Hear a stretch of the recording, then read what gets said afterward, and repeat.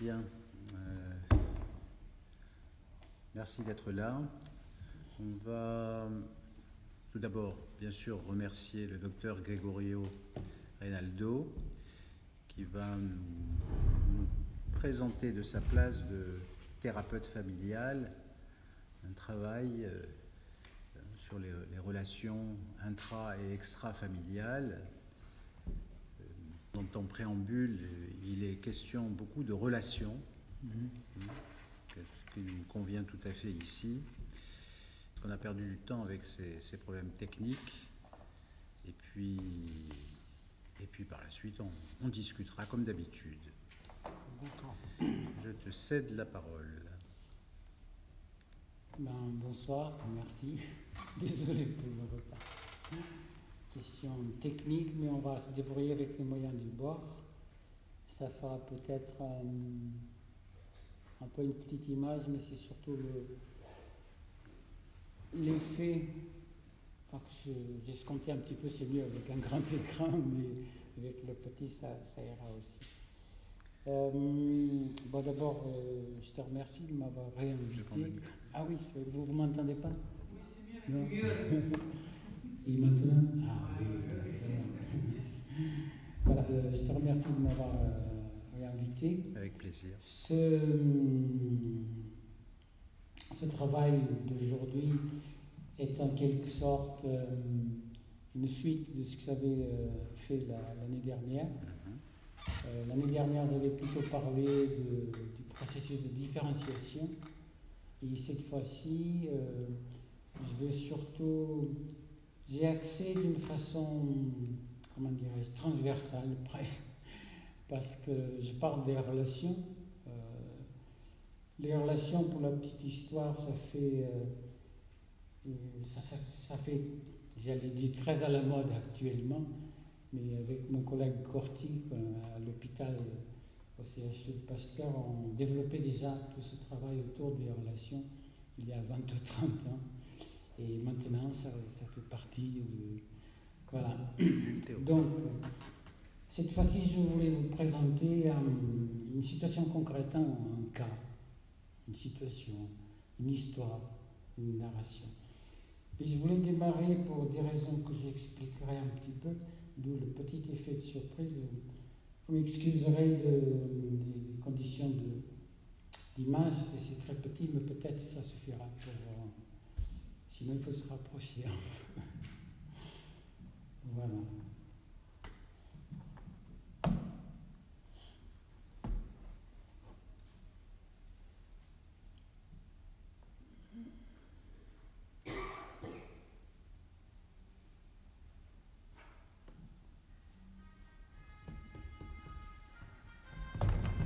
Vous voyez? Vous entendez? Voilà.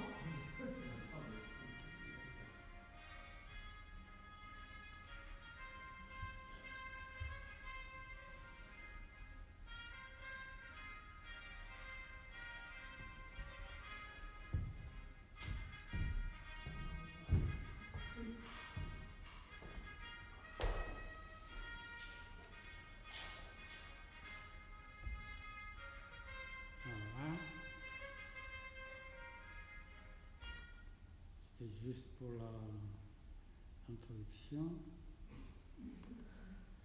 Désolé, avec une grande image, ça aurait fait l'effet, mais... Et là, tu peux pas te mettre en tout écran? Un grand écran? Au moins sur... Oui. Je fais comme ça je sais. Ça, tu sais? Ça, je sais. Ah oui, parce que... Ah oui, voilà.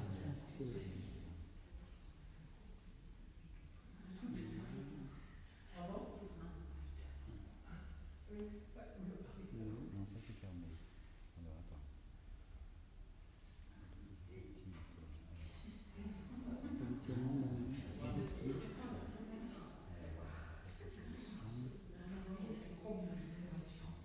Quand on fait comme ça, on clique deux fois dessus, ça ne grandit pas. Alors, on va faire...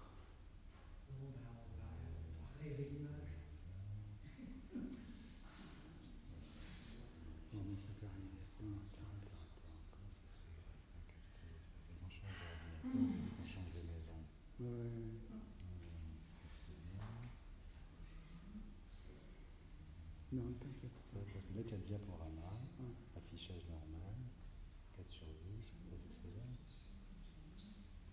Ou alors c'est ça. Ah non, ça se...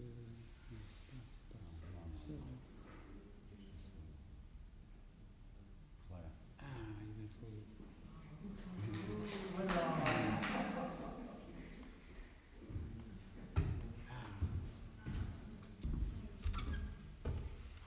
Alors là, maintenant... Le son. Non.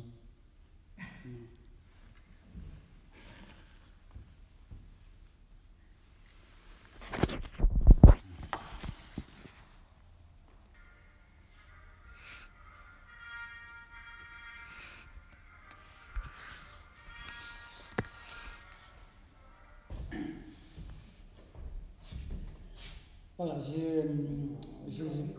pardon, le micro. J'ai présenté un petit extrait de l'Aïda. Et pourquoi? Je vous expliquerai en deux mots quels sont les liens que je peux faire. Pour l'histoire, vous voulez que je vous rappelle un petit peu l'histoire de l'Aïda, le Prat Verdi, vous devez le connaître, mais juste pour rappeler, c'est un conflit entre deux rois, le roi d'Égypte, le roi de l'Érythrée. Il y a une histoire de la fille du roi qui est promise au général qui a mené la bataille, qui a gagné la bataille contre l'Érythrée. Mais lui, le général en question, était épris d'une esclave, Aïda, qui était l'esclave de la fille du roi. Après le combat, donc le roi l'a donné à Rhadamès, qui est le général égyptien. Mais Rhadamès était épris d'Aïda. Donc il y a une histoire entre les deux. Tout ça, ça se finit tragiquement parce que il va être jugé et condamné pour trahison, parce qu'il y a un mélange d'histoires d'amour et d'histoires de position il, sans le vouloir, il a dénoncé la position de l'armée égyptienne aux Érythréens, aux Éthiopiens de l'époque. Voilà. Donc, quelle raison j'ai voulu commencer comme ça, c'est pour faire trouver des liens significatifs. Les liens significatifs ils sont en 4 points.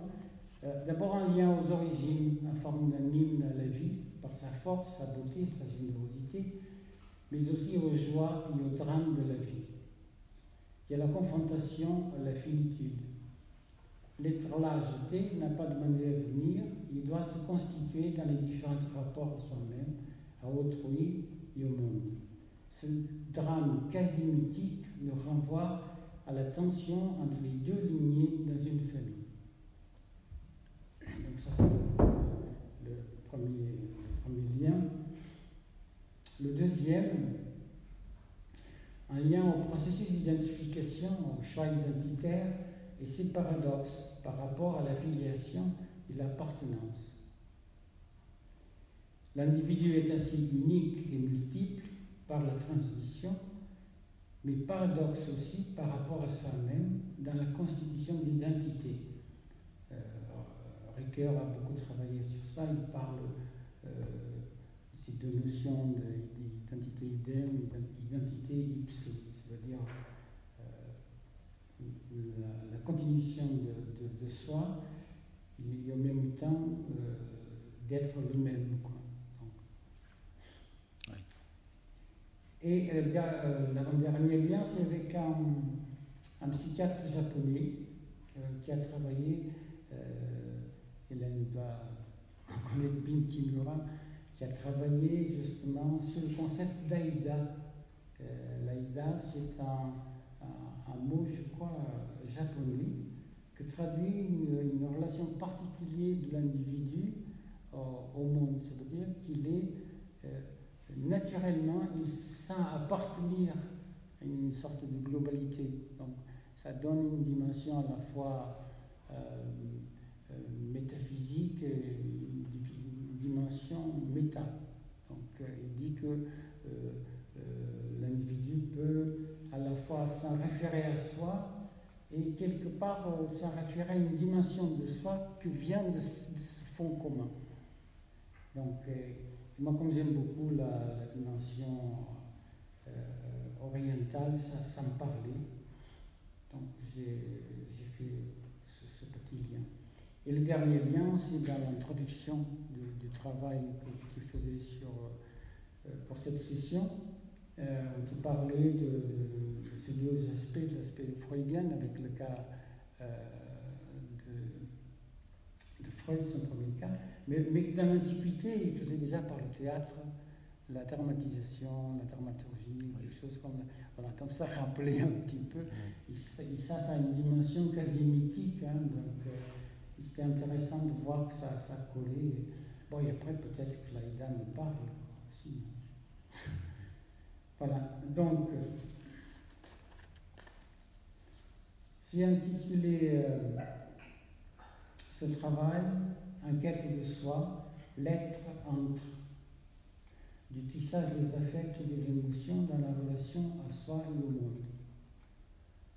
Donc j'ai essayé de voir, je vous présenterai après à travers un parcours, parce que c'est une situation que j'ai pu suivre pendant un certain temps, donc ça donne une idée de déploiement, et donc ça peut peut-être... Voilà, l'être humain, par sa spécificité de penser et élaborer son être au monde, se constitue par altérité dans la relation aux autres, dans sa relation à l'espace et dans la relation au temps. C'est une donnée de base qui est, je dirais, très psychologique, avant caractérisation. Voilà. Ce processus est constant dans un registre à la fois diachronique et synchronique. C'est le processus de différenciation qui est à la base de sa singularité. Donc,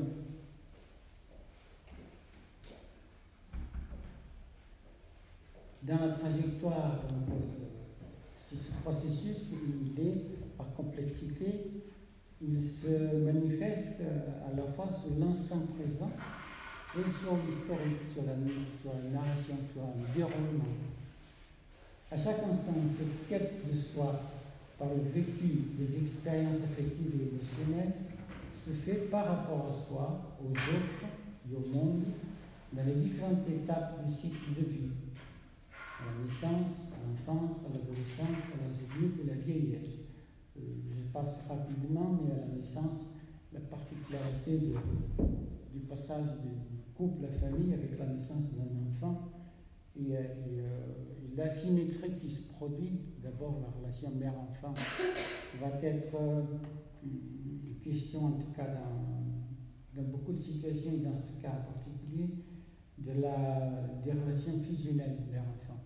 Mais sans même parler de relations fusionnelles, compte tenu de la particularité, il y a une relation très très globale qui est faite à la fois de contact physique, plus que de contact physique, c'est un partage de chair, quoi. Donc ça donne une dimension qui est différente de la position de l'homme que du père, donc qui va intervenir ultérieurement. Je passe donc sur les différentes phases, comme on a pu discuter selon les théories de la relation d'Annie, comment se constitue la subjectivité. Donc je passe sur ces phases. Après l'enfance, tout le processus d'apprentissage, d'exercice, on peut le dire, des émotions et des affects. L'adolescence en particulier, on commence déjà à penser, à préparer son départ de la famille. Et l'âge adulte, on continue ces expériences, mais d'une façon un peu plus, une égalité entre guillemets avec les autres, hein, parce qu'il faut à la fois tenir compte de son passé, de son présent, mais continuer à se projeter.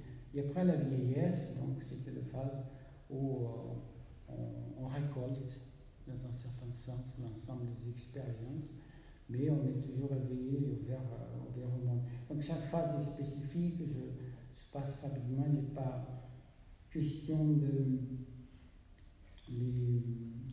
les définir, hein, mais juste vivre dans la perspective d'un cycle de vie. De ce tissage relationnel émerge progressivement la genèse de l'appareil psychique avec son mode de fonctionnement conscient et inconscient. Émerge également un état d'être entre, c'est-à-dire entre soi et soi et les autres, ainsi qu'un vécu particulier d'un espace intérieur, subjectif, plus ou moins riche, créateur, sécure ou insécure, et d'un espace extérieur dans lequel l'être va se retrouver à l'intersection des différents systèmes humains. La famille d'abord, et puis d'autres systèmes sociaux ou culturels. Donc cette dimension d'interaction en permanence, d'intersubjectivation en permanence et d'intersection avec d'autres systèmes amène aussi à percevoir cette notion d'être entre. C'est être entre parce que on est à l'intersection de différents aspects et à chaque fois on est entre soi et soi. Donc c'est une gestion que quand ça marche bien, ça va, comme dirait l'autre, puis quand il y a des couacs, quand il y a des accidents de parcours, quand il y a des événements importants que stoppent un processus ou qui viennent impacter sur un processus, alors à ce moment-là, ça peut complètement perturber le déroulement. Par l'intersubjectivité sont définies les limites des systèmes d'appartenance, hyper complexes et co-créateurs. Ça c'est important parce que la relation individu-système, elle est constante. L'appartenance définit à la fois le socle, la base. Je me souviens d'un de mes maîtres qui disait on est toujours la tête de pont d'un système. Donc, que ce soit un système familial, un système culturel, un système d'opinion. Et tout ça, c'est à gérer en permanence. C'est co-créateur parce qu'au fur et à mesure, on a la possibilité d'aller vers d'autres espaces, donc de créer d'autres possibilités. Donc il y a à la fois un mouvement de définition, mais en même temps une projection, une sorte de mouvement qui est permanent, là encore, quand ça se déroule normalement au sens sans que l'ensemble du système soit perturbé. Parce que des fois, les perturbations peuvent donner ce que nous appelons les problématiques de type pathologique, mais dans un certain sens, même ces perturbations de type pathologique, ils nous disent beaucoup sur notre propre fonctionnement dit normal. Donc, ce n'est pas une histoire de séparation normale et pathologique, mais de voir la perception de cet ensemble.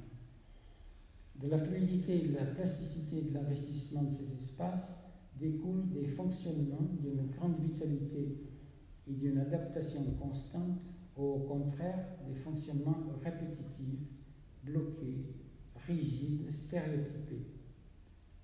Tout ce processus se déroule dans le temps avec un profond sentiment d'être le même et différent à la fois et d'avoir une continuité qui se réfère à soi et aux autres par la narration. Donc c'est important, j'y pense au monde de nos jours, à la société actuelle, je parle de l'Occident en particulier et encore, où on est sans cesse dans des situations paradoxales. On ne comprend pas trop comment la société fonctionne. on a du mal à s'insérer, on a du mal à se définir, on ne sait pas à quel système on appartient. Ce qu'on nous demande ne correspond pas à ce qu'on devrait faire, et ainsi de suite. Les exemples sont multiples, ça suffit de lire les journaux et de faire la radio pour voir qu'il y a cette dimension paradoxale de la société actuelle. Évidemment, ça produit beaucoup plus de problèmes quand il va être question d'un choix, quel qu'il soit, que ce soit un choix social, un choix vestimentaire, un choix de partenaire, un choix de vie. Donc c'est pas évident. Alors, par son corps et par l'éprouvé des affects et des émotions, l'être fait l'expérience d'avoir un corps et d'être un corps. Par le langage verbal, l'homme fait état de son monde intérieur dans ses différentes tonalités, soit de joie, d'amour, de souffrance, ainsi que de son dysfonctionnement, et ce, dans la complexité psychosomatique, c'est dans son ensemble. Le psychisme et le corps forment en tout singulier et en interaction permanente. À son tour, ce tout est en interaction, en co-construction avec le monde extérieur. Donc on voit à la fois comment les systèmes s'emboîtent, si tant est qu'on considère aussi l'individu comme un système. Il est en soi un système aussi. Comment il s'emboîte avec les différents systèmes. Donc il y a que ce que nous apprennent les théories de la complexité, dans un certain sens, que peuvent mieux percevoir l'ensemble, donc de pouvoir situer à la fois l'individu en soi et par rapport à un contexte déterminé. Chacun de nous doit gérer à la fois un minimum 4 relations en permanence. C'est la relation à soi, la relation aux autres, la relation à la famille, et s'il est un couple, la relation à son conjoint.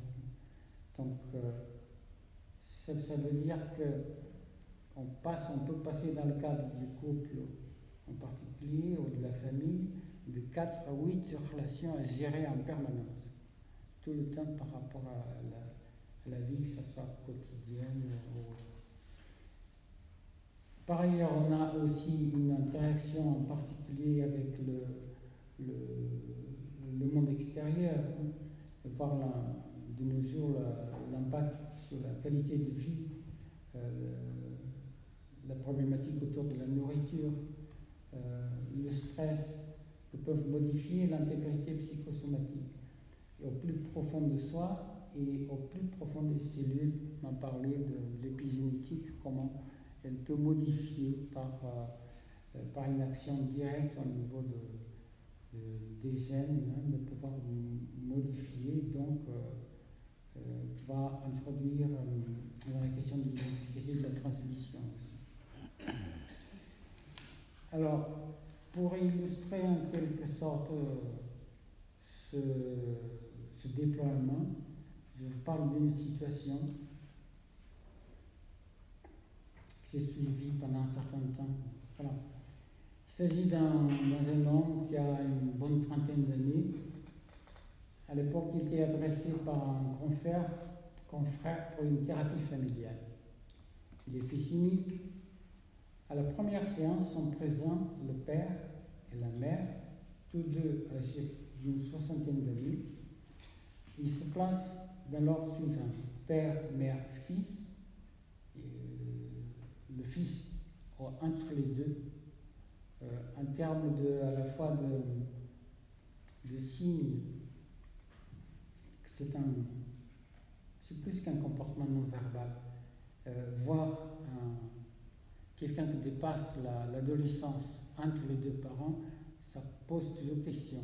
Et c'est intéressant d'aller expliciter ça. Ça veut dire que cet enfant, il a une fonction sûrement, soit de lien, soit pour empêcher des choses, soit pour empêcher le pire, soit de lien. Donc c'est soit pour empêcher le pire, des conflits plus importants, des histoires de secrets, des histoires de non-dits.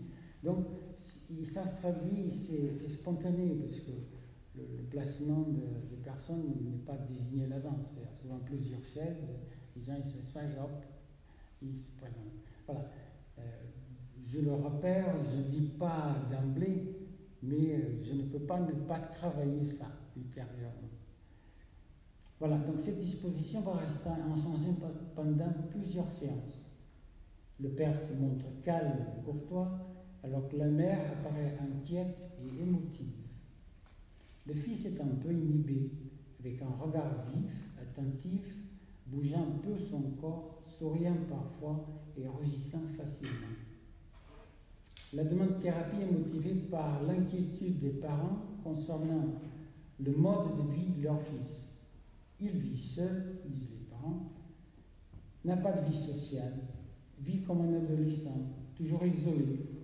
Il est passionné par la lecture, surtout de fiction. Il est paradoxal, adulte et gamin à la fois. Il nous traite parfois avec une certaine distance, les parents décrivant leur enfant. Le père est conciliant mais ferme. Il évite les conflits avec son fils.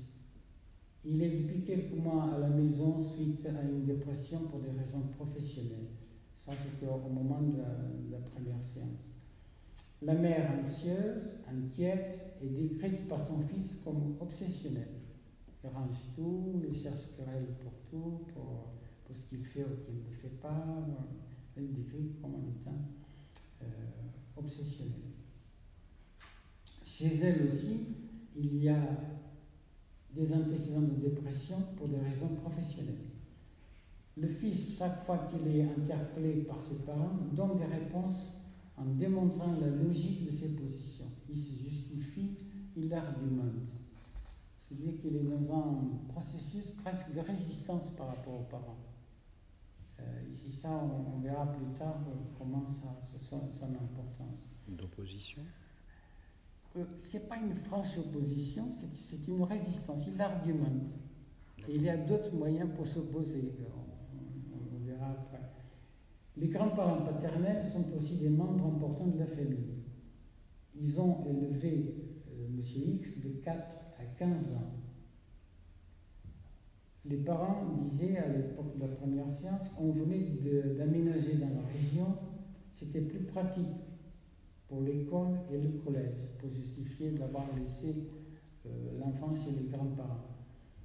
Ça arrive souvent, mais vous voyez pointer qu'on saute souvent un rang au niveau transgénérationnel. C'est-à-dire que ça a des implications importantes. Ça ne veut pas dire que ce soit mauvais en soi d'être élevé par les grands-parents, mais assez souvent, c'est une source de disqualification des parents. Et parfois, cette disqualification va même jusqu'à des positions quasi psychotiques, avec une espèce d'exigence, de revendication d'être dans le rôle de position de grand-mère, de revendiquer son enfant en squeezant complètement la mère. Donc, il peut y avoir des situations comme ça, et ça peut faire intervenir la justice parfois. Donc, c'est pas évident. Donc, la grand-mère maternelle est vécue comme intrusive, autoritaire, et a eu des relations difficiles avec sa fille. Le fils dira à propos de sa grand-mère qu'elle était le chef de famille. Monsieur X est né prématuré, à 7 mois. Il a été mis en couveuse pendant quelques semaines. Il lui aurait fait un pneumothorax. Et ça c'est une relation très précoce avec la souffrance du corps.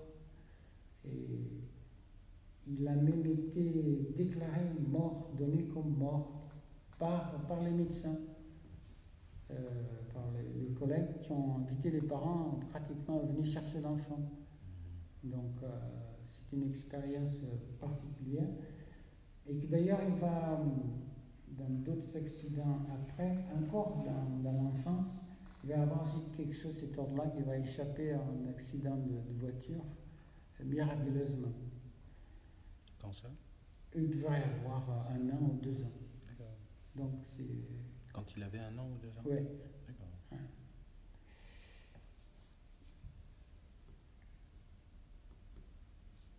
Donc à l'âge de 6 ou 7 ans, la mère fait une fausse couche et perd une fille à 5 mois et demi de grossesse. Cet événement reviendra souvent dans le discours de M. X.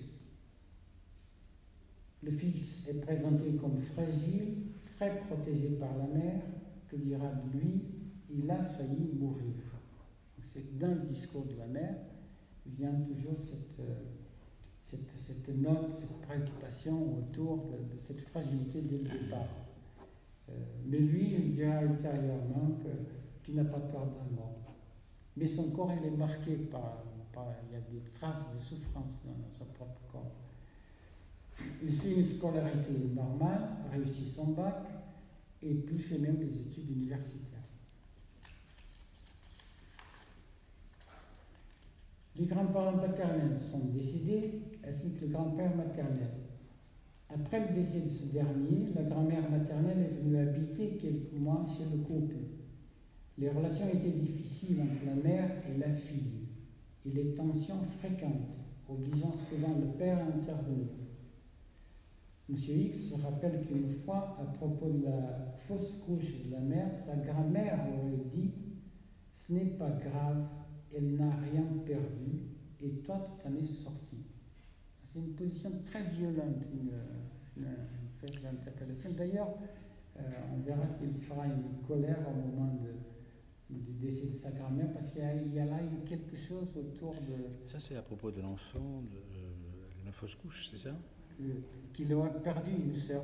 Oui, c'est à propos de c'est elle qui a rien perdu. Ouais. D'accord. Ouais. Oui. D'accord. Donc, il y a quand même une violence dans le discours de la grand-mère, c'est important. Il dit de sa grand-mère qu'elle avait un caractère impossible.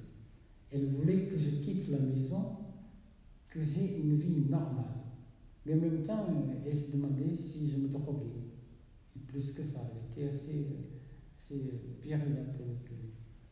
Plus tard, au décès de sa grand-mère, M. X aura une réaction de colère. À la fin de ses études, à 30 ans, il quitte la maison familiale et va vivre dans une autre ville. Jusque-là, les parents n'avaient rien remarqué de particulier, si ce n'est qu'il avait peu de relations, qu'il avait tendance à s'isoler et à rester à la maison, se consacrant à la lecture, à l'ordinateur pendant des heures. 1 an après son installation dans cette autre ville, c'est avec inquiétude et stupéfaction que les parents se rendent compte de son mode de vie. Ils affirment qu'il n'y avait pas de matérialité dans ce qu'il faisait. Ils ne parvenaient pas à savoir de manière précise quel était le travail de leur fils. Ils disaient travailler dans une société de niveau international. Ils prétendaient qu'il était amené à faire des interventions à l'étranger. M. X n'a jamais montré de fiche de salaire et ses parents n'ont d'ailleurs jamais vu son diplôme d'études. Il faut le faire sur le niveau de résistance. Et qu'il argumente tout ça. Comment il explique ça? Il va dire, il avait les possibilités de le savoir, mais c'est une façon de s'opposer aux parents. L'appartement n'était pas bien tenu, il vivait seul et sans relation.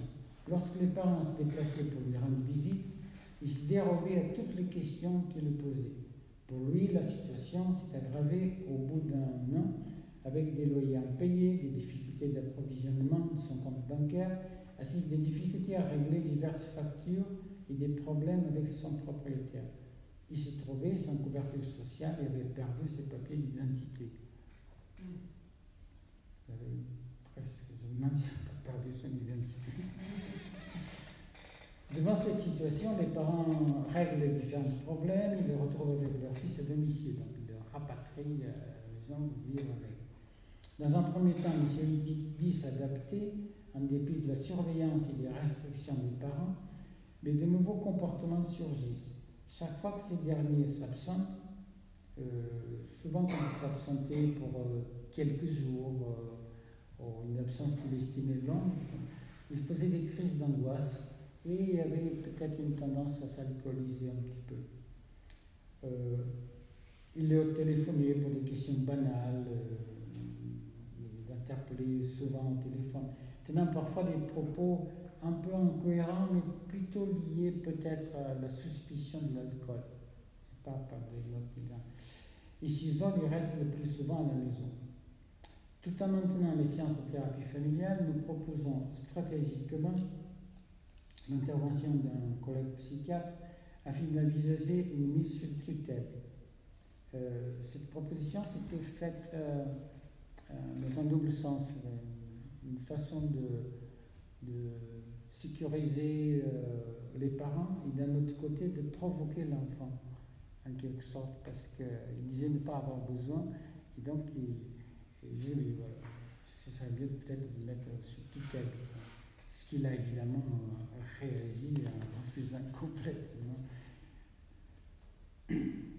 Comprenant le bien fondé de ces démarches, M. X résiste, donc il a refusé. Donc à ce moment-là, on l'a adressé à un collègue psychiatre qui a fait un suivi individuel avec un petit traitement. Finalement, la situation s'est apaisée, la mise sous tutelle ne fut pas nécessaire, mais un pas était fait vers une autonomisation et de M. X dans de meilleures conditions, mieux acceptées par les parents. Donc, ils ont fini avec le temps. Il a vécu avec ses parents, mais dernièrement, à la fin, il vivait plutôt seul.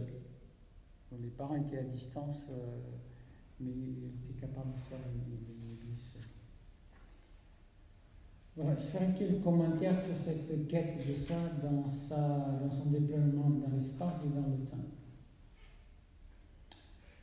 Quand la mère de M. X commente l'échec de son fils par l'expression « il n'y a pas de matérialité dans ce qu'il fait », elle souligne l'aspect fondamental d'être au monde de son fils, marqué par un manque de consistance, d'épaisseur et d'authenticité. Dans ce qu'il donne à voir ou met en place par ses actions, il y a une note dissociative et M. X se trouve dans un entre-deux. Comme ses parents ont été disqualifiés par les grands-parents en termes d'identité et d'appartenance, M. X ne s'inscrit clairement ni dans la lignée de son père, car ce dernier fut un père présent, absent, ni dans celle de sa mère. En termes de vécu corporel, M. X est partagé entre le corps qu'il a et le corps qu'il est. Il se montre mal à l'aise dans son corps, engoncé, hésitant dans ses mouvements, avec une démarche à petits pas de type infantile. Son allure générale évoque tout à la fois un homme, des gestes très fins, avec une retenue d'enfant. Le corps qu'il est se présente plutôt dans le personnage qu'il a mis en place. Il n'y a pas de note délirant, mais il se tient à côté de la réalité sociale. Il est maniéré et emprunte ce personnage pour fonctionner sur le mode de on. Rappelons qu'il lit beaucoup de fiction. Il passe de nombreuses heures avec son ordinateur dans un monde virtuel.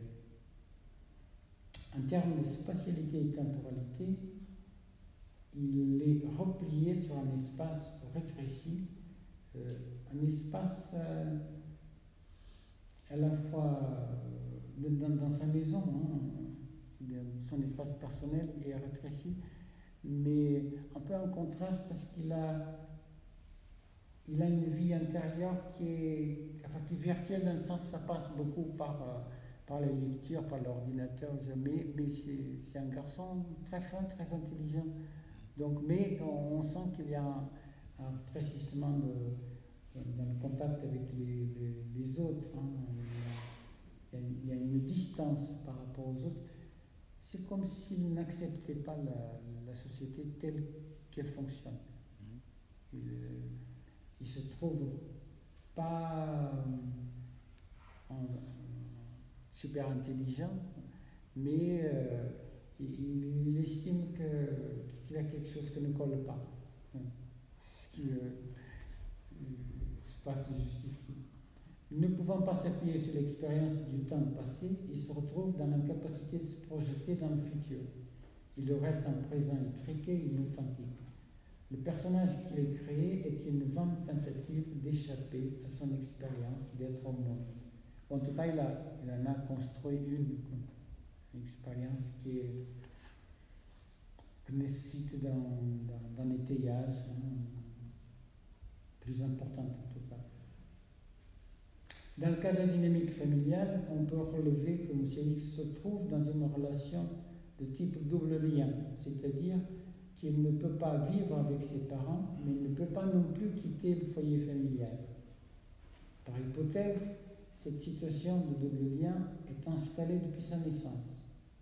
En effet, né prématurément à 7 mois et demi, ayant fait un pneumothorax, il a failli mourir selon la mère. Il fut donc très protégé par celle-ci dans une relation quasi fusionnelle. Donc c'est une mère toujours très inquiète avec à la fois ce qu'il fait, ce qu'il va devenir et ce qu'il ne peut pas le faire. Voilà, une espèce de point en permanence. Et ça, sous l'angle du contrôle ou sous l'angle de l'affectif, c'est-à-dire parce qu'elle l'aime trop? Sûrement qu'il y a un lien d'amour, mais c'est surtout ce qu'il devrait faire, ne pas le faire. C'est ça, plutôt, Voilà, le devoir. une forme de contrôle, de la tenue de sa chambre, faire un certain nombre de choses. Donc, faire les démarches, par exemple, faire les démarches sociales habituelles, il prend son plaisir à s'opposer aux parents, il ne les fait pas. D'accord, c'est sous l'angle de l'adaptation que la mère insiste, en fait. D'accord. Mais en même temps, très inquiète, qu'est-ce qu'il va devenir, et alors si on meurt. Oui, c'est ça. Non. Quand la grand-mère maternelle dira à son petit-fils à propos de cette fausse couche, ça n'est pas grave, alors que pour lui, cette perte était ressentie douloureusement. C'est quelque chose qu'il a très très mal vécu, l'histoire de la perte d'un possible de la sœur. Oui. Et le fait d'être fils unique. Ouais. Quand la grand-mère de toi, tout en est sorti, alors qu'il se débat avec une vie de solitude ou de souffrance, et que cette même grand-mère, considérée par M. X comme le chef de famille, et qu'il leur envoyait des images de quelqu'un de drogué, mais qu'il attendait qu'il ait une vie sociale conforme, on peut constater qu'elle a accentué le caractère paradoxal des messages transmis à M. X. Ainsi, nous voyons qu'entre la présence des grands-parents paternels et le caractère intrusif de la grand-mère maternelle, les parents se sont retrouvés disqualifiés. M. X est aliéné dans cette contrainte d'être le pont entre les différentes membres de la famille et n'a pas pu construire son espace personnel. Les parents tous deux dépressifs n'ont pas pu être structurants pour leur fils qui, au moment où il aurait pu construire sa propre vie, par loyauté, n'a pas pu les abandonner. Ça reste toujours un problème de pouvoir prendre la distance par rapport à ses parents. Voilà, donc j'espère avoir pu donner quelques éléments à travers de ce parcours que parle à la fois de la possibilité d'intervention et d'accompagnement d'une famille, d'un de ses membres, parce qu'après il y a eu un soutien plus individualisé et le fonctionnement des systèmes thérapeutiques et comment donc on a appréhendé l'individu dans sa globalité et le système dans sa particularité. J'espère que parce que moi ça m'a interpellé cette situation, ça m'a posé des questions, donc je partage aussi avec vous et voir quelles sont les questions que vous sont posées par une situation de ce type. Merci. Merci. Alors, merci, oui, ça peut nous amener à beaucoup discuter. C'est une observation que tu proposes, clinique, et à savoir comment ça s'inscrit un peu dans la dimension relationnelle. Alors, je vais revenir simplement pour préciser certaines choses. C'est-à-dire la mère était dépressive et le père aussi, si j'ai bien compris. C'est ça? Oui, le père a fait un épisode dépressif, mais j'ai cru comprendre que la mère aussi, mais la mère c'est plutôt le versant anxieux qui est prédominant, Oui. la dépression est réactive, mais tous les deux pour des problèmes de travail. Oui. D'accord. C'est pas une dépression de fond avec une tonalité. Oui. C'est un peu des dépressions, enfin, qu'est-ce que tu veux dire par là? Que c'est au fond des dépressions d'épuisement, c'est-à-dire que c'est ça? Ce sont des dépressions d'épuisement, c'est par rapport au travail, par rapport aux demandes sociales. Oui, un mécontentement de la vie, donc, des difficultés, pour la mère, des difficultés dans le cadre professionnel. Il y avait des tensions avec la hiérarchie, des injustices. Quoi. Voilà, c'était plutôt. Mais la mère montrait un caractère beaucoup plus anxieux que le père. D'accord. Et la dépression du père, elle était plus, je dirais, plus endogène, plus manifeste, plus productive, plus exprimée, ou c'était un peu la même chose? C'était plutôt, oui, de type réactif, plutôt. D'accord. D'accord. Parce qu'il y a il fait bon vivant. Il prend la vie du bon côté. D'accord. Une forme donc. Oui, parce qu'il y a beaucoup d'événements dans cette histoire, hein.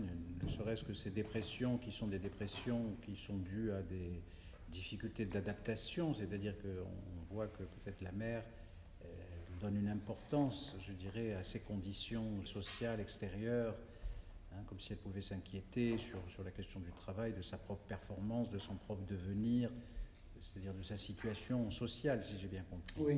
Voilà. Donc ça, ce sont des dépressions où la question d'adaptation fait défaut et où il y a quelque chose là par rapport à renvoyer ce qu'il faut de façon conforme peut mettre la personne en péril parce que alors à ce moment-là il n'est pas à la hauteur. C'est un peu ça? C'est un peu ce type de dépression? Oui. C'est pas la dépression, mais voilà, c'est des dépressions un peu mélancoliques, voilà, c'est ça. D'accord. C'est oui. pas ce type de dépression. Oui. Oui, ce qu'on peut nommer, nous les psychosomaticiens, les dépressions essentielles, c'est-à-dire sans production. C'est comme s'il y avait là une sorte de cadence auquel la personne doit se tenir et le fait de ne pas s'y tenir ou de ne pas y être, je dirais, tout à fait opérationnel va peut-être amener comme ça des espèces de décompensation personnelle. Mais ça aboutit à l'épuisement. Alors, effectivement, il y a ça quand même parce que on a l'impression que c'est beaucoup plus autour de répondre à une intendance familiale, hein, les parents, alors avec toute l'organisation, les grands-parents, etc. Et plus que quelque chose qui s'échange sur le plan des affects, si j'ai bien compris. Hein. Il n'y a pas ce discours-là. En tout cas, ça n'apparaît pas trop. Hein. Il n'y a pas ce langage commun, il n'y a pas ce type de partage. Chacun est un peu... eux, ils se demandent qu'est-ce qui va devenir dans la société, oui. Qu'est-ce que ça peut produire. Donc tout ça, c'est toujours en rapport avec ce devenir par rapport à la représentation sociale ou par rapport au travail, au professionnel. C'est donc une image négative pour les parents. Si jamais voilà, il foutait rien, ou qu'est-ce que c'est sa vie, il n'a pas d'amis, tout ça, c'est pas normal. Il devrait, il doit. À partir du moment où on est dans il devrait, il doit, c'est pas normal. Voilà, on est déjà dans des configurations où la question de l'adaptation est quand même le point de mire. Alors après, on peut comprendre cette difficulté de place parce que dès la naissance, au fond, il y a quelque chose là de traumatique. Alors la vie, par deux fois, hein, si j'ai bien compris, c'est-à-dire qu'il va risquer sa vie. Donc il est un survivant. Hein, c'est ça? D'accord. cette idée que lui aussi, alors, n'a pas de relation, c'est quelqu'un qui vit de façon isolée, si j'ai bien compris, qui a très peu d'amis, pas d'échanges. Tout ça, c'est toute la dimension imaginaire affective qui fait défaut dans cette famille.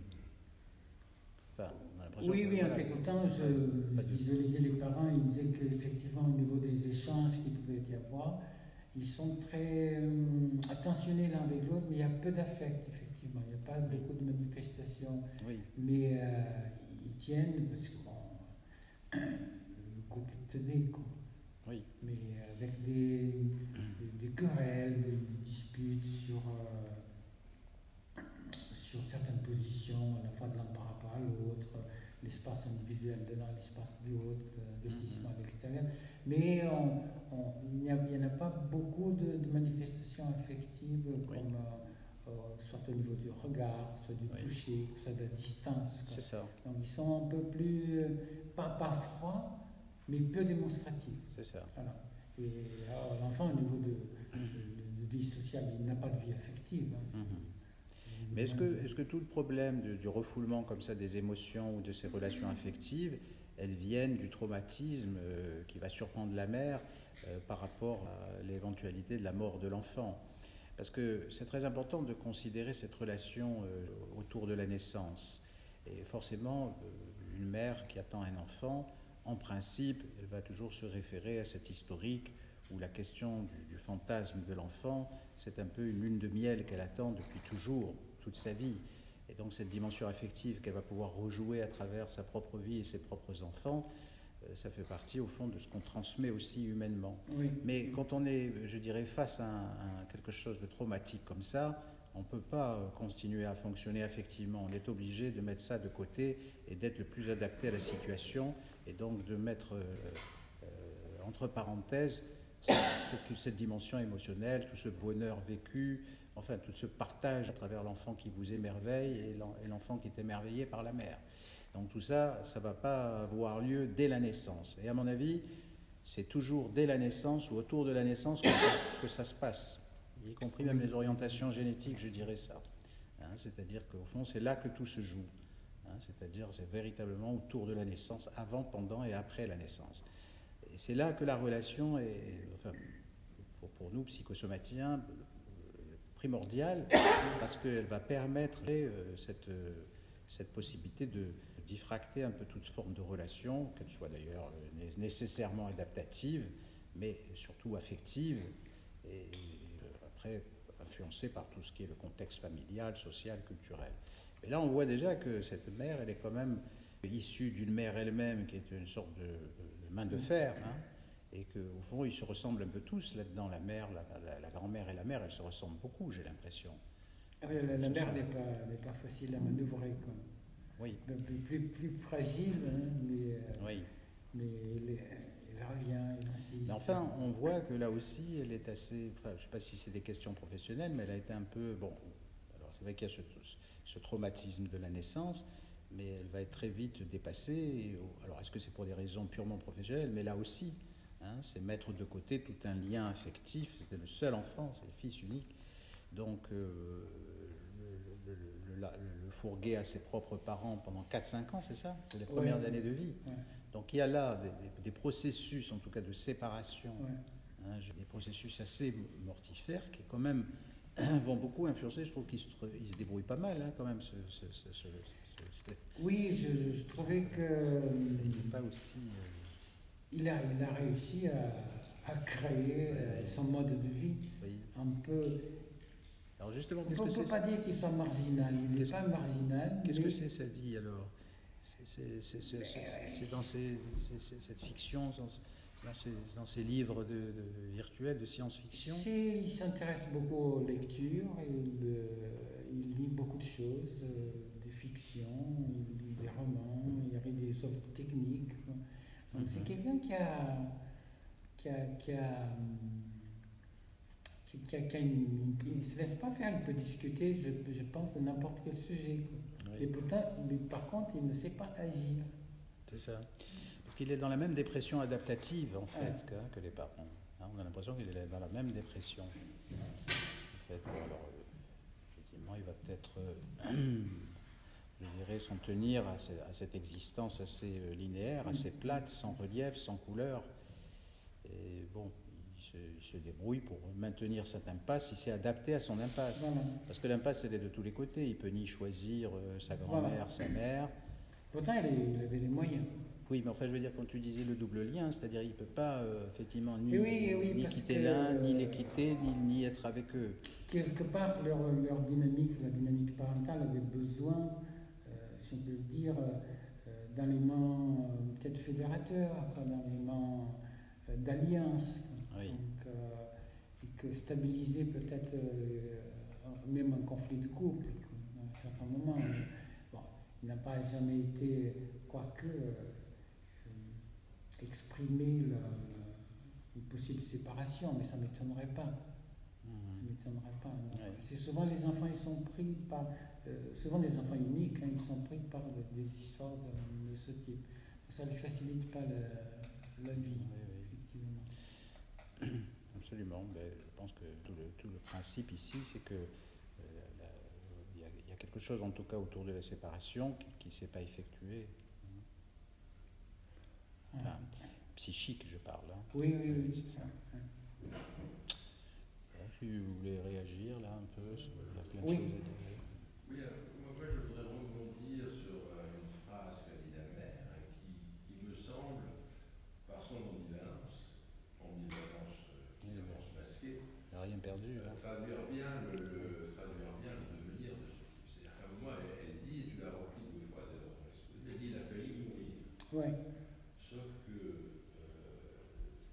en bon français, si on peut dire, il a failli mourir, ça veut dire qu'il n'a même pas été obligé de mourir. Il a failli, c'est-à-dire même sa mort, même il a raté sa mort. C'est-à-dire quand on dit j'ai failli réussir, ça veut dire en fait j'ai raté. Et il parlait, d'ailleurs, du double lien, il est là. C'est-à-dire d'un côté, bon, elle fait genre, elle a failli mourir probablement d'un air style, putain, on a échappé belle, mais il n'empêche la formulation, elle contient l'inverse. Putain, elle n'a pas pu s'en débarrasser. Il a failli mourir. Et d'ailleurs, si tu veux, la formulation moderne, il a failli mourir, il a failli réussir, des nanas,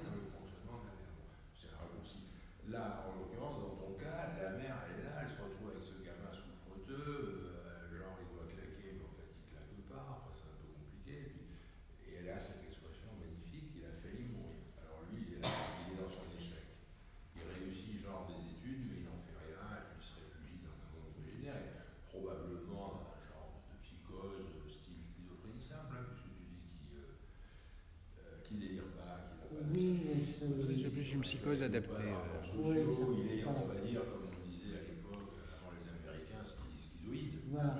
Hein. On sait bien ce que ça cache. Ça cache un vide de la subjectivité, parce qu'il est en tout cas pas complètement mort, parce qu'il a échoué, mais un peu quand même. Quoi, tu vois, donc, moi, je l'entends comme ça. Et cette phrase de la mère, il a failli mourir, c'est quand même exceptionnel. Je ne sais pas ce que tu en penses. Il y a une phrase meilleure que ça, c'est à propos de la sœur. Ne t'inquiète pas, elle n'a rien perdu. Et toi, alors qu'est-ce qu'elle dit? Parce qu'elle dit, t'inquiète pas, elle n'a rien perdu. Et toi, tu es bien sorti. et toi, tu es bien sorti. À quel mois la grossesse s'est interrompue pour la fille? 5 mois et demi. 5 et demi.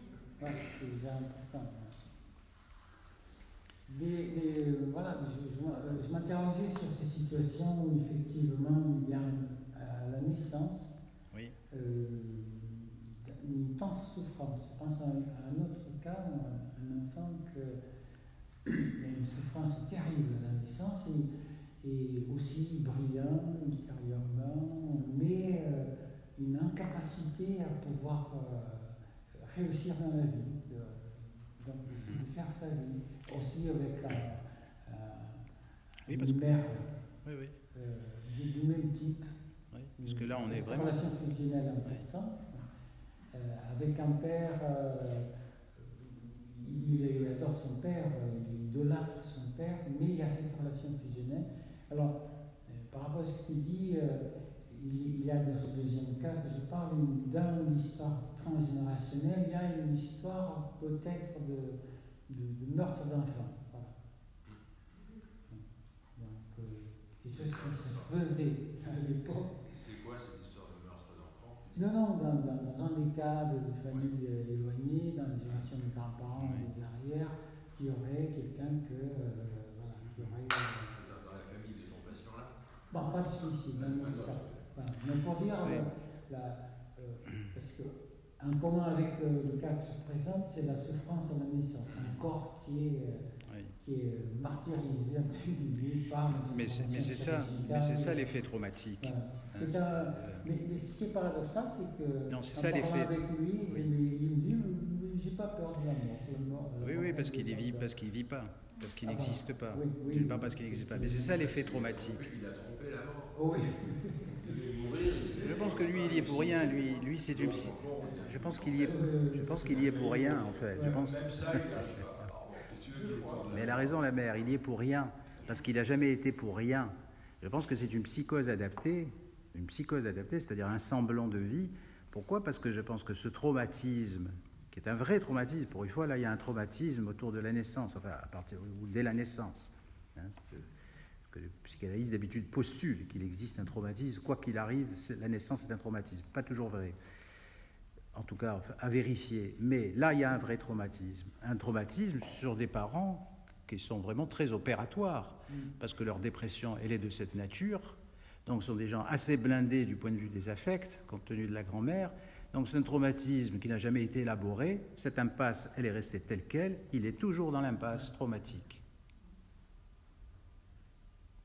D'ailleurs, je me posais des questions. Pourquoi la colère du garçon au décès de sa grand-mère?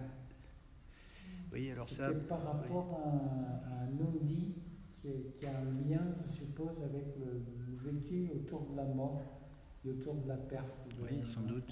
Les choses ne sont pas explicitées. Donc, c'est une colère à la fois de. Qui remplace un discours qui n'est pas proféré. Ouais. Et tu n'as pas d'éléments de la naissance de la mère? Non. Et ce patient, pourquoi il était prématuré? On a une idée ou pas? Non, dans l'histoire. Parce que sur les deux grossesses, chaque fois c'est trop tôt. Oui, la séquence, effectivement, ça. J'arrive pas à les garder jusqu'au bout. Et qu'est-ce qui a fait que tu les as rencontrés? À quel moment du parcours, toi, tu es intervenu? Pour quelle demande? J'ai retrouvé au moment où les parents l'ont rapatrié. Voilà. C'est là qu'ils ont consulté. Ils étaient très inquiets sur le devenir de ce jeune. Il fallait faire quelque chose parce que leur âge, en avançant, et la sienne aussi, Ils ont dit, mais c'est pas possible qu'on il faut faire quelque chose. Donc ils ont passé par une consultation de psychiatrie et après ils m'ont envoyé un an. Tu sais pas comment il est maintenant, qu'est-ce qu'il devient? Eh ben, je pense qu'il est, comme tu disais, il y a une forme d'adaptation et il vit seul dans son appartement. Il a les moyens pour l'instant, hein, les parents financent un appartement. Et les parents, ils s'absentent très souvent pour jouer des voyages, ou aller habiter même ailleurs. Et donc, ils supportent mieux passer des moments seuls. Il a organisé sa petite vie. Il avait validé des études supérieures, tu vois. Oui, oui. Qu'est-ce qu'il fait? C'est quoi son... Ah, ça, c'est le secret pro. Je ne peux pas dévoiler. Ah bon? Oui, mais Mais bon. il a fait croire aux parents qu'il avait un boulot, Eh qu'il avait ben, un super travail. Ça m'est longuement passé par la tête, mais il est mis dans le bateau, c'est pas Mais c'est possible, c'est pas possible. Mais apparemment, et dans le discours, et dans ce qu'il me racontait de ce qu'il faisait autour des lois, donc ça ne m'étonne pas qu'il ait fait des études, effectivement. Il ne me racontait pas des moments, mais une incapacité à... Mais il n'en a rien fait, C'est-à-dire, en c'est ça. fait, il a validé les diplômes, il n'a pas pu les mettre en pratique. Pour Ouais, travailler. en application, de construire sa vie, comme tout le monde, de jouer le rôle de la société, quoi, donc d'avoir un métier, d'avoir un emploi, d'avoir une maison, d'avoir un compte à banque. Voilà, surtout Une que... position infantile, en fait. Oui, oui, tout à fait. Il allait jusqu'au bout du statut d'élève et après c'était bon. Parce que, effectivement, là, quand tu insistes beaucoup sur cette notion là, de résistance ou d'opposition, oui, il peut faire que ça, c'est-à-dire s'opposer, c'est se poser pour lui. Oui, Voilà. tout à fait. S'opposer, c'est se poser. Donc, c'est avoir la possibilité d'avoir un semblant de relation ou de communication. C'est-à-dire à savoir, si tu dis blanc, je dis noir, si tu dis oui, je dis non, mais je ne vais pas dire jaune ou je ne vais pas dire peut-être. Voilà, je vais m'opposer. Donc, c'est une façon d'être tenu toujours dans ce même lien, c'est-à-dire de trouver une sorte de pseudo-place, mais qui est toujours en référence aux parents. Voilà. Mais parce que si on s'oppose, si je m'oppose à ce que tu dis, je me réfère à ce que tu dis. Voilà. Et si je dis le contraire de ce que tu dis, mais je n'invente rien. Je reprends un truc en disant le contraire de ce que tu affirmes. Donc c'est en ce sens que je me pose en m'opposant. Tout à fait. Voilà. Ce qui veut dire qu'elle est toujours dans cette même, je dirais, situation bloquée, coincée. Ah oui, Il n'y a pas de possibilité pour lui d'exprimer quoi que ce soit en son nom. Mais qu'il ne l'a pas dépassé. C'est un peu une machine, lui, non? Ou il a vécu un peu comme ça? Il y a une forme d'intelligence qu'il est capable d'analyser le mode de fonctionnement de la société. Oui. Mais il va être critique. Mais il ne s'engage pas. Il va être critique. Il peut être critique, mais il ne s'engage pas. Oui. Il ne s'engage pas dans des liens affectifs, par exemple, avec une fille. Oui, pas d'initiative. Oui.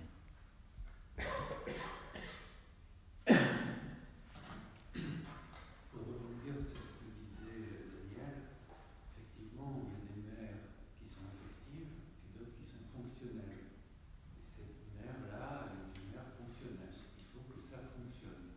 En fait, la demande que j'ai pu entendre, c'est une demande parentale pour que ça fonctionne. C'est ça. Peu importe comment ça fonctionne, mais il faut que ça fonctionne. Bon, ça c'est... Mais moi, pour entendre une histoire, j'ai besoin de comprendre qu'est-ce qu'il éprouvait pour toi, ce jeune homme, et ce que toi tu éprouvais pour lui. C'est-à-dire, quels affects passaient entre toi et lui. Une très bonne question. Je te remercie.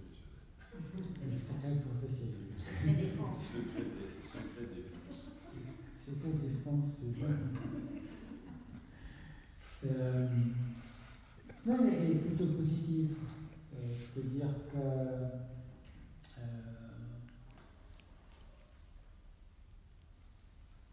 je pouvais à la fois le déstabiliser tout en le soutenant beaucoup. Et au niveau Et au niveau, comment dirais-je, au niveau relation, je ne mettais pas à distance. Donc je le comprenais, mais je ne bousculais pas et je n'avais pas l'exigence qu'ont les parents. Pour moi, qu'ils fassent ou qu'ils réussissent ou qu'ils ne fassent pas, ça m'était égal. Mais l'important, c'était de voir qu'est-ce que lui pouvait dire de lui-même et dans quelles conditions il pouvait le faire. Donc, ce qui m'intriguait, c'était une possibilité de passer à l'action. Une forme de. Tout en acceptant, en disant oui, il y a effectivement dans la société, il y a des moyens, il y a des gens qui ont la possibilité de vivre de façon étayée par des systèmes mis en place, alors que d'autres vont vivre sous les ponts, vont se marginaliser. Lui, non, il y a cette garantie de sécurité qui est donnée par les parents malgré tout. Et après par les institutions autour. Mais j'avais un bon contact avec lui. Je gardais un bon contact avec lui. C'est pas ça répond à ta question. Il a été suivi par toi toujours dans le cadre de la thérapie familiale, c'est-à-dire avec ses parents. C'était des entretiens où c'est un seul entretien où il y avait les parents? Non, j'ai plusieurs entretiens. Il y a plusieurs entretiens avec les parents. Mensuels. D'accord. Une fois par mois. D'accord. Donc chaque fois que tu le rencontrais, c'était dans le cadre de la famille, c'est-à-dire. Après, on a décidé de continuer à faire un soutien seul. D'accord. Ouais. D'accord. Et cette place dont tu parlais, c'est-à-dire qu'il se mettait au milieu, il a toujours gardé ça du temps où il venait avec ses parents? Non, à partir du moment où j'ai travaillé, ils ont pu se déplacer, ils fonctionnaient autrement. Donc ils se mettaient à l'extérieur, Oui. du côté du père ou du côté de la mère. D'accord. Ouais. Parce qu'après avoir mis ça en exergue, c'est pas possible de maintenir le même. Parce que moi je l'interprète comme pas de place, hein, c'est-à-dire Oui. au milieu. Oui. Ah oui, c'est une place difficile. Voilà. Surtout si on est en famille. C'est entre deux. Ouais. Ouais. C'est particulièrement difficile pour l'enfant unique, et ça peut être pour l'enfant du milieu. Il y a deux grands, un milieu, il y a peu de petits ou un grand. Pour l'enfant du milieu, c'est toujours délicat. Et pour quelle raison il aurait besoin d'un traitement? Parce que tu as fait allusion à un traitement. Pour quelle raison il aurait eu besoin d'un traitement? Parce qu'apparemment, il est adapté à son impasse. Ces crises d'angoisse. Parce qu'il avait des crises d'angoisse, oui. D'accord. Ouais. Ok. Ouais. Peut-être importante et parfois il pouvait être un peu colérique aussi. D'accord. Mais il n'était pas délirant au sens Oui. délire construit. Ça n'invalide pas une hypothèse chimiothérapeutique. Non, tout à fait. On a des produits comme la Milifar qui Voilà. peuvent remobiliser un certain tonus psychique chez les psychotiques. C'est d'ailleurs c'est la meilleure application du produit. Oui. Cela dit, c'est vrai qu'il faut voir comment il a évolué, quoi. C'est sûr. Oui. Si c'est pas trop grave, on peut imaginer que ce soit pas indispensable. Mhm. Mais en tout cas, ce genre de patient, c'est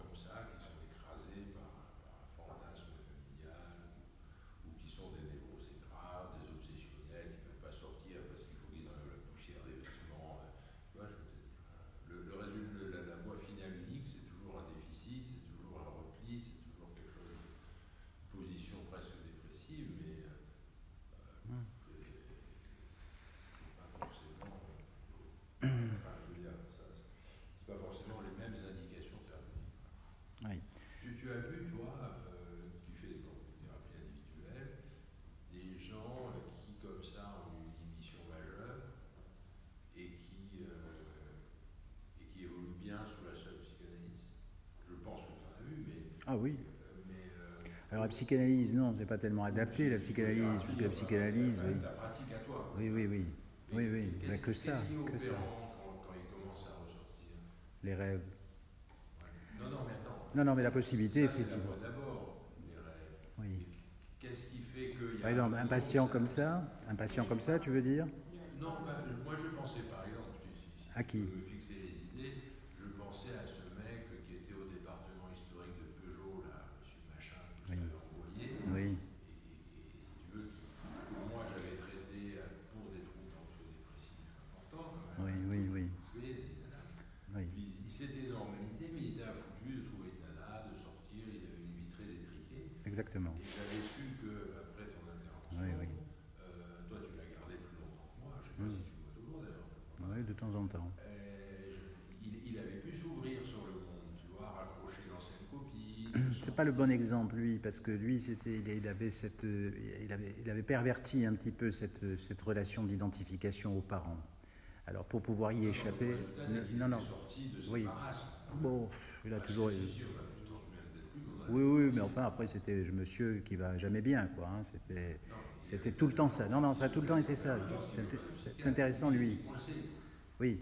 Alors lui, c'est un petit peu particulier parce que c'est pas tellement exact, ça ressemble pas tellement à ça. Moi, je me souviens, il revoyageait, il partait, il allait faire des concentrations de voitures anciennes, il avait oui, c'était. Il avait une vie plus vivante. C'est ça. Pendant peut-être pas très bien, mais pendant des années, il sortait pour venir chez nous, chez toi. Et oui, oui. Il disait c'est compliqué, je suis inquiet pour les voisins. Mais ça, c'était. Oui, oui. Mais si tu regardes bien, c'était quelqu'un qui était tenu par le travail. C'est-à-dire à l'époque, voilà. Et c'est à la retraite qu'il a commencé à décompenser. C'est-à-dire quand il ne savait plus rien faire de son temps. Parce qu'il était livré, je dirais, à lui-même, mais lui-même qui sait, point d'interrogation. Voilà. Donc il a été totalement envahi par des angoisses. C'est-à-dire qu'il lui rappelait qu'au fond, il n'était pas, je dirais, enraciné, ni vraiment existant définitivement. Ou en tout cas, il n'avait pas cette impression. Donc ça pouvait fluctuer comme ça. Alors, oui, lui, c'est à travers la possibilité de se dégager de ses identifications mortifères, ce qu'il n'a jamais réussi à faire, parce qu'il était totalement habité par la mer, hein, que c'était quelqu'un qui était enfermé là-dedans, et qui pouvait en aucun cas ne pas ressembler à cette mer, parce que si il ne lui ressemblait pas, il était rien, il était néant. Donc elle était toujours dans ce mouvement de pouvoir sortir de ça, mais si je sors de ça, j'ai très très peur du monde extérieur, voilà. Et quelque part j'ai une culpabilité très archaïque d'abandon ou d'être abandonné, ou en tout cas de désobéir à ma mère. Voilà. Alors il était tout le temps entre ces deux choses. Mais par rapport à ce type de patient là, de psychose adaptée, c'est vrai qu'il faut travailler l'impasse. C'est-à-dire qu'au fond, il faut... Parce que c'est ça l'impasse, hein. Oui. Il ne devait pas vivre, il est vivant. Oui. C'est une contradiction d'emblée. Oui. Alors déjà, avec l'histoire de la prématurité, il y a déjà un risque, mais après, il y a cet événement hein, où même le chirurgien dit « il est mort ». Alors, il est mort et il est vivant en même temps. Ça, c'est une confusion de la personne, comme je te dis, fonctionnelle, très adaptative, qui va tenter de contrôler les choses et de faire que ce garçon, il puisse devenir quelque chose dans la vie. C'est d'abord surtout ça.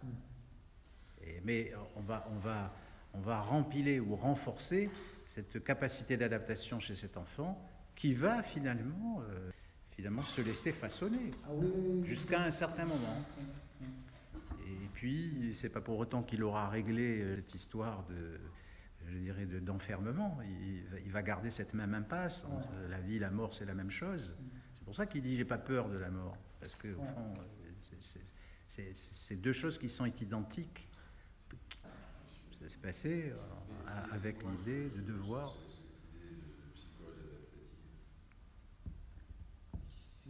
C'est moi qui l'ai dit.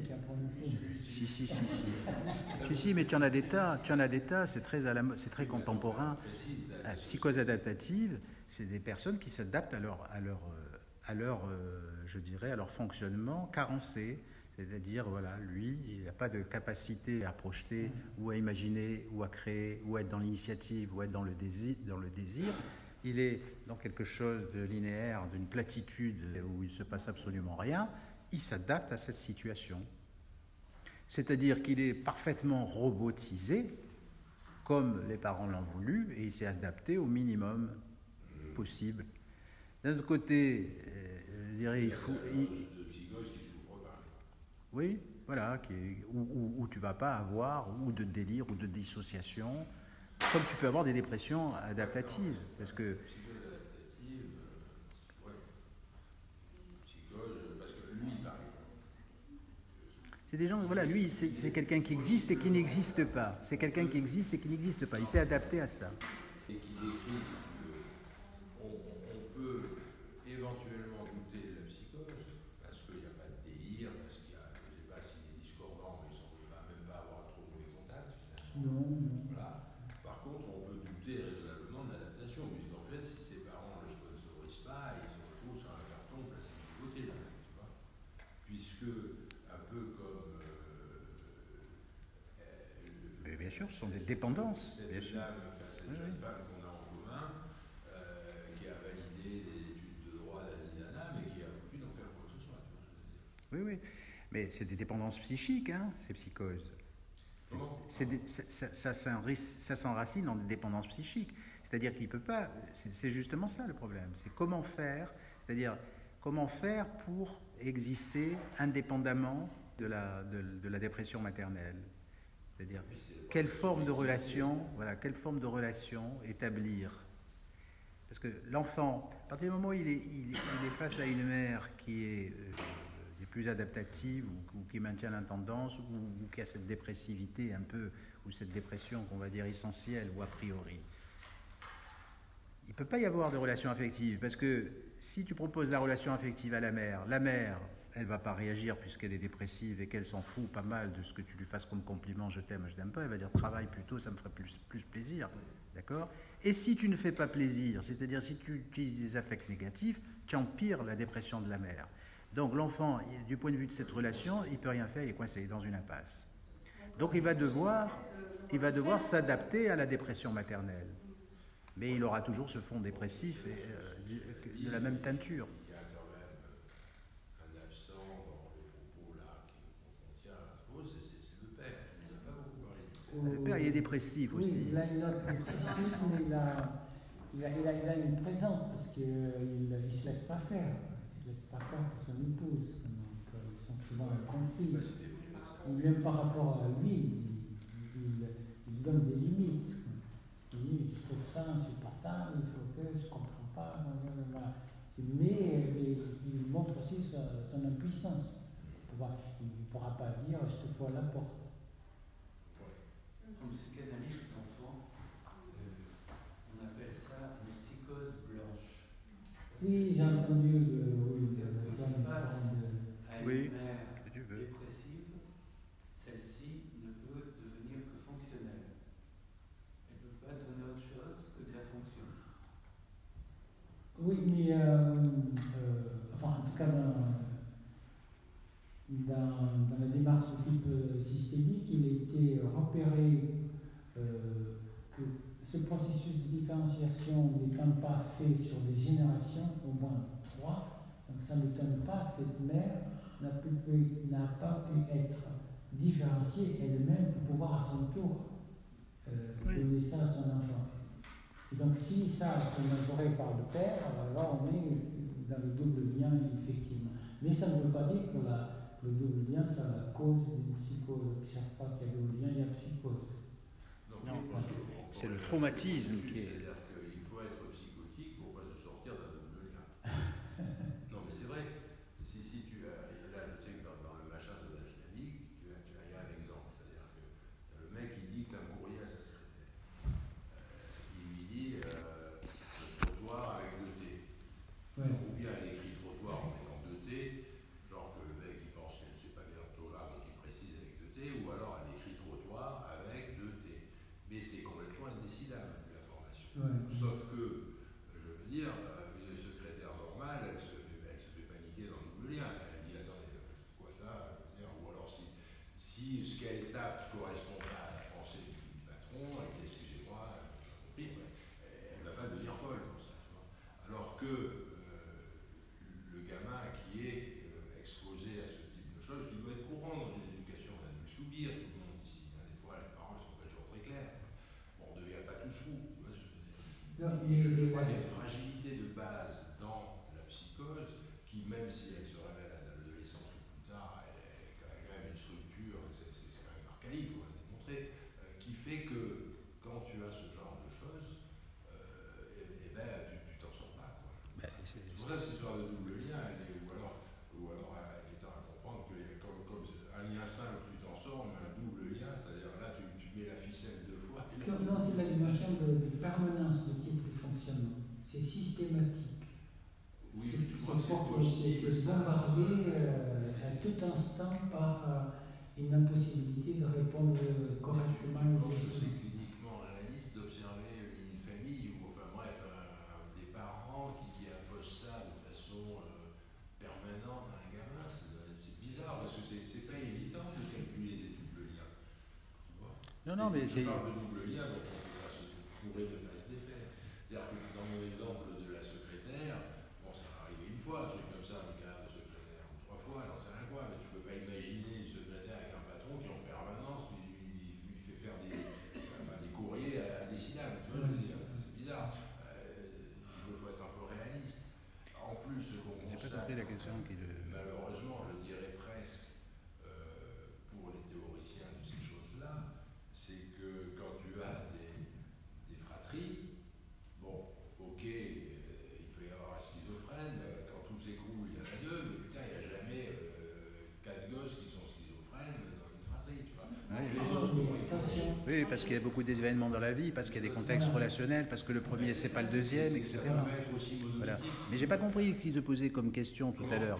J'ai pas compris ce qui te posait à toi comme question. J'ai pas compris ce que tu voulais dire par rapport à l'histoire du double lien.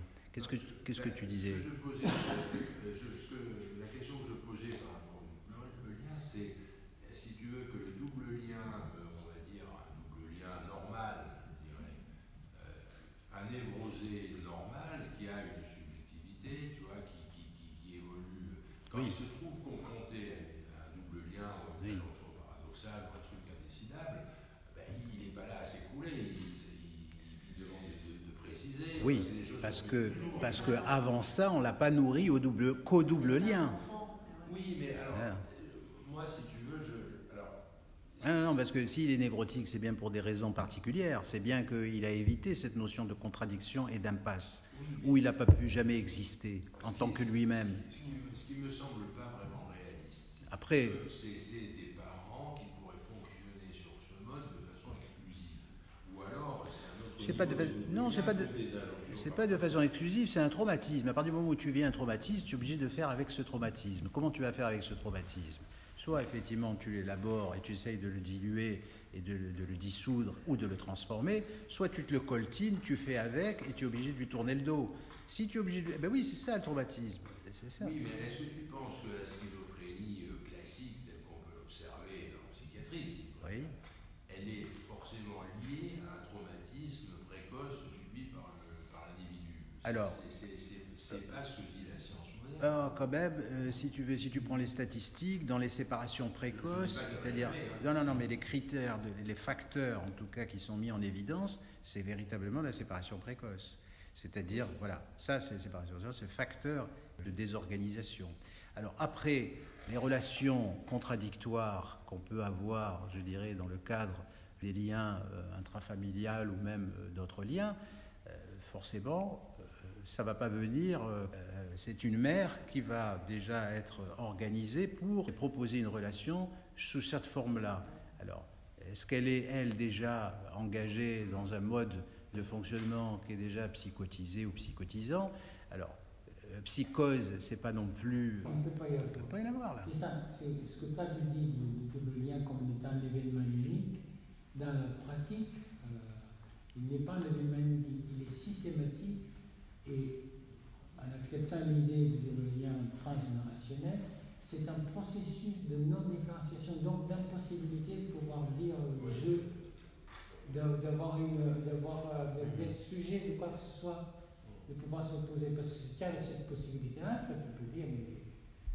Oui, donc en fait, il faut prendre la notion de double lien sur un niveau un peu large, c'est-à-dire en fait se trouver confronté à des gens qu'on ne peut pas satisfaire et qui sont jamais contents. Mais tu ne peux pas ne pas satisfaire non plus. Oui, c'est ça le bon sens. Quoi que tu fasses, t'es marrant. Voilà, c'est ça c'est une contradiction. Voilà. Oui, oui. Ce garçon me semble inscrit dans une situation paradoxale que je vois ici, c'est que les parents, en fonctionnant, trouvent que ça ne va pas à la société, qu'il y a tout le temps des accros, ça ne va pas, on se déprime avec les accros de la société. Et on demande, parce qu'il y a le désir parental, qui demande à ce garçon d'être dans leur fonctionnement tout en lui indiquant que la société, la vie, les autres peuvent engendrer des dysfonctionnements. C'est là le paradoxe. Absolument. Il répond au désir de ses parents en fonctionnant, il a été un bon élève, il a eu un diplôme. Il a fait tout ça. Mais c'est après, il ne peut pas s'en servir parce que les parents lui indiquent que de toutes les façons, ça ne fonctionnera pas. Oui. Non, et puis parce que c'est comme une récitation. Il a appris comme une récitation par cœur. Je pense que ses études, à mon avis, il l'a fait parce qu'il était, je dirais, ciblé, quoi. Enfin, j'imagine, hein. J'imagine que. Enfin, est-ce que d'ailleurs ça s'est passé comme ça? Est-ce que dans son cursus scolaire ou il était plutôt un bon élève. Non, mais est-ce que ça veut dire que les parents étaient là pour le cadrer, c'est-à-dire monte tes notes, travaille bien, t'as pas fait tes devoirs, etc. Ça, il faut le savoir parce que c'est important dans la façon de comment il est arrivé. Je serais plus. Ce qui me questionne beaucoup sont ces enfants qui ont souffert énormément à la naissance. Une souffrance corporelle, physique, et quel impact va devenir. Ça, je sais parce qu'il y a quelques situations comme ça où on ne peut pas ne pas faire le lien. Être assez marqué au début de la vie par une souffrance qui est. Ce qui souffre corporellement, c'est grave. Et si il y a des symptômes, des signes corporels, ça peut être soit avoir mal dans sa peau, soit être gros, soit l'anorexie, ça aussi. Soit l'impossibilité de se définir comme garçon ou comme fille, donc voilà, physiquement il souffre. Et voilà, je crois qu'il y a des travaux faits sur les prématurés précoces ou des enfants très prématurés. Ils ne deviennent pas tous. Moi pour ma part, ça. C'est la question de la souffrance d'entrée de vie, d'entrée dans la vie, comme voilà. Ça va, c'est toujours pareil, ça va dépendre comment c'est récupéré. Tu vois, moi, il y a un volet dans le cas que tu exposes, qui est le volet de la subjectivité de ce patient, et limite, on pourrait dire de son désir. C'est quoi cette histoire? C'est qu'en fait, normalement, quelqu'un qui croit, il y a un moment, il doit sortir, on va dire, de la familiale pour développer son propre façon, comme on dit, d'être au monde.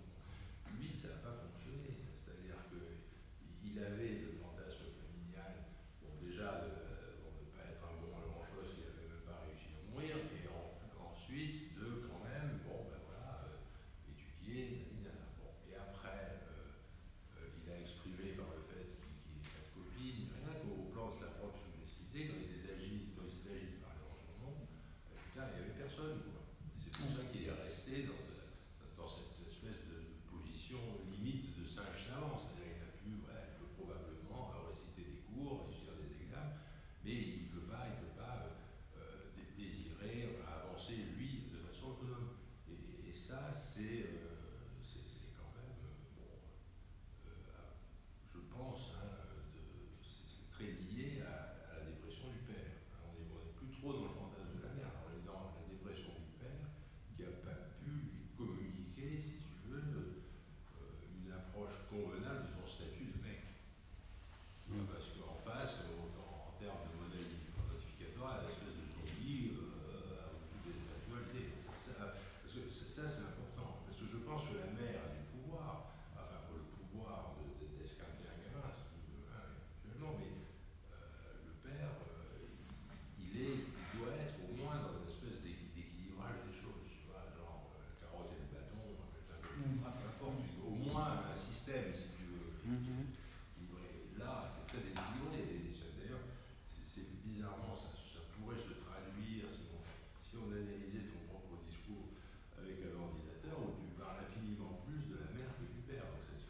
Oui, elle est plus Et présente. elle a tellement de poids qu'il est écrasé. Quoi. Là, et il n'y a pas le contre-poids du père. Parce qu'il faut un père lourd pour pouvoir rompre, si tu veux, la dynamique oedipienne. Oui, je parlais d'ailleurs d'un père présent. Absent, tu veux dire. Oui, ils sont réunis par la dépression. C'est ça. On a senti la mère. On ne peut pas faire mieux. Ils sont réunis par la dépression, donc ils sont équivalents. Comment? Ils sont réunis par la dépression, donc ils sont équivalents. Là aussi, on n'a pas de différence. C'est ça. Voilà. C'est-à-dire qu'il n'y a pas de poids. C'est ça. Il s'adresse à la mère comme il s'adresse au père, semble-t-il. Hein. Je ne sais pas si c'était comme ça. Oui. Voilà. Il ne fait pas de différence entre la mère et le père. C'est-à-dire, 3, il en fait 4. Et 4, il en fait 1. C'est-à-dire, 3, il fait 2 fois 1. Et 1, c'est un seul, puisque lui et sa mère, c'est la même chose. Donc, il fait 1. Voilà. C'est-à-dire, thérapie familiale, vraiment une ça a abstraction. déclenché des démarches des parents aussi. Est-ce qu'eux-mêmes sont ensuite allés en thérapie? Ils avaient déjà une démarche individuelle. Parce qu'il y a la situation de parents disqualifiés qui est assez centrale aussi, hein, dont tu avais parlé. Les parents disqualifiés. Ça me fait penser, j'ai entendu hier, peut-être que d'autres l'ont entendu, en Chine, il y a des 4 grands-parents qui ont décidé, à partir des gamètes, il y a un couple de parents qui sont décédés, mais qui avaient fait congeler leurs gamètes. Et 4 ans après, les grands-parents ont décidé de faire un enfant avec les gamètes. Ils sont allés chercher une mère porteuse en Birmanie. Ils l'ont fait revenir accoucher en Chine. Donc il y a un enfant qui est né par le désir de 4 grands-parents, les parents morts. Donc disqualifiés. C'est terrible. L'enfant unique. Incroyable. C'est fou. Ouais. La folie pure. C'est de la folie.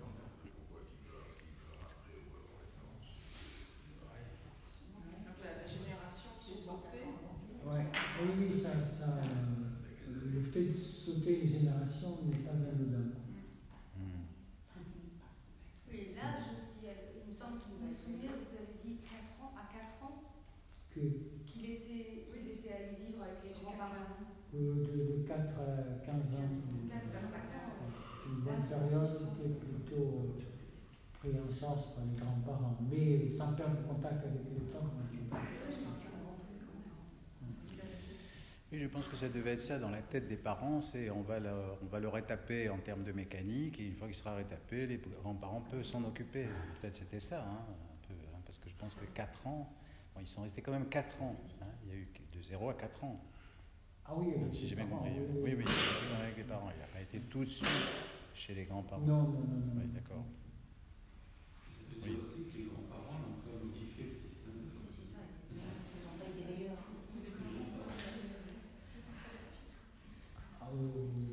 Oui, peut-être qu'ils étaient dans l'efficacité, dans les souvenirs. Je voulais vous demander, est-ce qu'on a pu vous poser la question, qu'est-ce qu'une mère idéale ou une mère réelle? Poser la question à qui? Vous dites au patient? Ou à ce jeune homme? Oui. Non, ils vous posent la question. Est-ce qu'il peut élaborer sur ce qu'est une mère réelle et une mère idéale?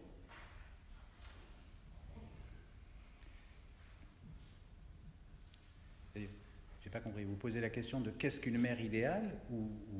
Oui. Pour lui, pour lui. La sienne. Pour lui. Et quelle différence fait-il entre les deux? Et à quoi ressemble sa mère? Je poserai une prochaine fois que je vois.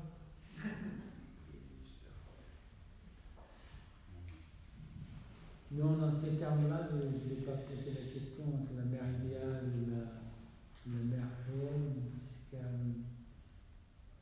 qu'il la trouve pesante, lourde, mais c'est pas une mauvaise mère. Quoi. Je me demande si la mère idéale, c'est pas celle qu'elle a. Enfin, peut-être qu'elle a supposé avoir. Quoi. Mais c'est une piste à creuser, effectivement.